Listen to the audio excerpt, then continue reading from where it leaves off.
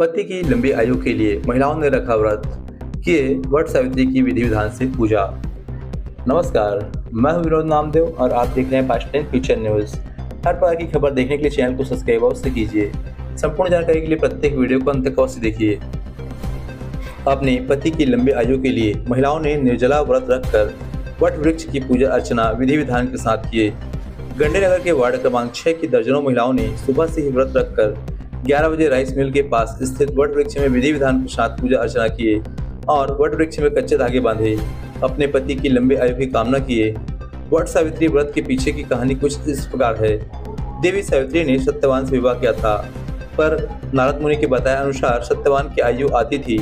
शादी के बाद देवी सावित्री सभी राजमहल के सुख और राजवैभव का त्याग कर सत्यवान के साथ उनके परिवार की सेवा करते हुए वन में रहने लगी थी। जिस दिन सत्यवान के महाप्रयाण का दिन था, उस दिन वह लकड़ियां काटने जंगल गए हुए थे। जंगल में सत्यवान अचानक बेहोश होकर गिर पड़े। उसी समय यमराज सत्यवान के प्राण लेने आए। 3 दिन से उपवास में रह रही सावित्री को पता था कि क्या होने वाला है, इसलिए बिना विकल्प हुए उन्होंने यमराज से सत्यवान के प्राण की प्रार्थना किए, पर यमराज नहीं माने। तब सावित्री उनके पीछे पीछे ही जाने लगी। यमराज के कई बार मना करने पर भी वह नहीं मानी, तो सावित्री के साहस और त्याग से यमराज प्रसन्न हुए और कोई 3 वरदान मांगने को कहा। सावित्री ने सत्यवान के दृष्टिहीन माता पिता के नेत्रों की ज्योति मांगी, उनका छीना हुआ राज्य मांगा और अपने लिए 100 पुत्रों का वरदान मांगा।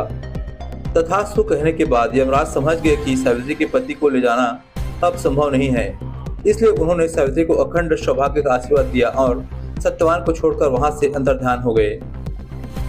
उस समय सावित्री अपने पति को लेकर वट वृक्ष के नीचे ही बैठी थी, इसलिए इस दिन महिलाएं अपने परिवार और जीवन साथी की दीर्घायु को कामना करते हुए वट वृक्ष को भोग अर्पण करती है, उस पर धागा लपेटकर पूजा करती है।